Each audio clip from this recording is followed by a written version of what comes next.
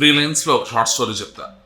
పగలంతా ఊహలతో గడిచిపోయి, రాత్రి అంతా కళలతో గడిచిపోయి, సడన్గా కళ తెరిచి చూసేసరికి బాబు బోటుకి పొక్కపడింది, మీకు ఈతొచ్చు కదా అని పొడవబడి దొక్కేసాడు.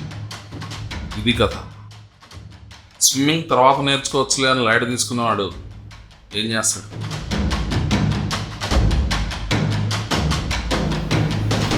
మై డియర్ ఛామ్, దాహం వేసిన బావి తడడం మొదలు పెడితే నీళ్లు పడేసరికి మనిషి చచ్చిపోతాడు. Never start digging the well when you are already thirsty. Be prepared. Opportunity does not wait for those who are unprepared. It is like a train. Platform మీద కదలడానికి రెడీగా ఉన్న ఆపర్చునిటీ అనే ట్రైన్ టైంకి రీచ్ అయిన వాడికే దొరుకుతుంది. అందరూ చాలా ఏబుల్ పర్సన్స్ ఉన్న ఒక ఊర్లో ఒక పెద్ద గ్రీజీ పూల్ ఉంది. ఒకరోజు తెల్లారేసరికి ఒకడు పైన ఉన్నాడు ఆల్రెడీ. అందరూ వండర్ అయిపోయారు.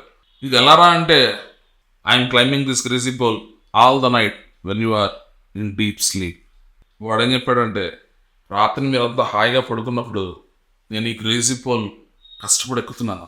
తెల్లారి మీరంతా లేచేసరికి నేను పైకి ఎలా వచ్చానని మీరందరూ ఆశ్చర్యపోతున్నారు. ప్రతి గుడిలోనూ ఒక దేవుడి విగ్రహం ఉంటుంది. ఆ ఎదురుకుండానే ఇంకో రాయి గుమ్మంలా ఉంటుంది.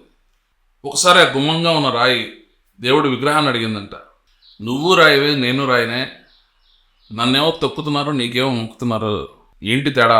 ఆ విగ్రహం ఏం చెప్పిందంటే, ఫస్ట్ అసలు ఆ శిల్పి నిన్నే ఈ విగ్రహంగా చెక్కాలని ట్రై చేశాడు, కానీ ఒక 2-3 దెబ్బలకే నువ్వు సగానికి కూలిపోయి ఇరిగిపోయావు. ఆ తర్వాత నన్ను పిక్ చేసుకుని ముక్కు కోసం 100 దెబ్బలు, కన్ను కోసం 100 దెబ్బలు, చెవి కోసం 100 దెబ్బలు, ఇలా ఒళ్ళంతా చెక్కుతూ ఉన్నా భరించాను, దేవుణ్ణి పూజలు అందుకుంటున్నాను అన్నట. ప్రిపరేషన్ లో కష్టం ఉంటుంది. కష్టానికి ప్రిపేర్ అయి ఉండాలి. First deserve, then desire. దేనన్నా ఆశించే ముందు అర్హత సంపాదించు. ఈవెన్ డిక్షనరీలో కూడా ఎఫర్టే ముందు వస్తుంది, ఎక్స్పెక్టేషన్ తర్వాత వస్తుంది.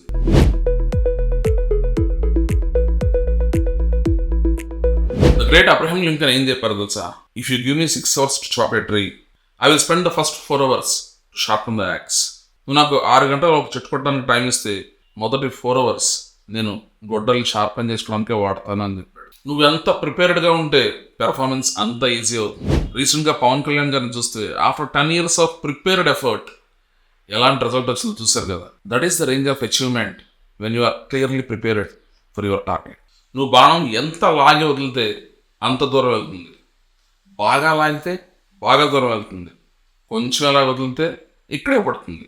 చామ్, ఒక్కడి గుర్తుపెట్టుకో, there will never be another now and there will never be another you. So make the most of today and make the most of your self.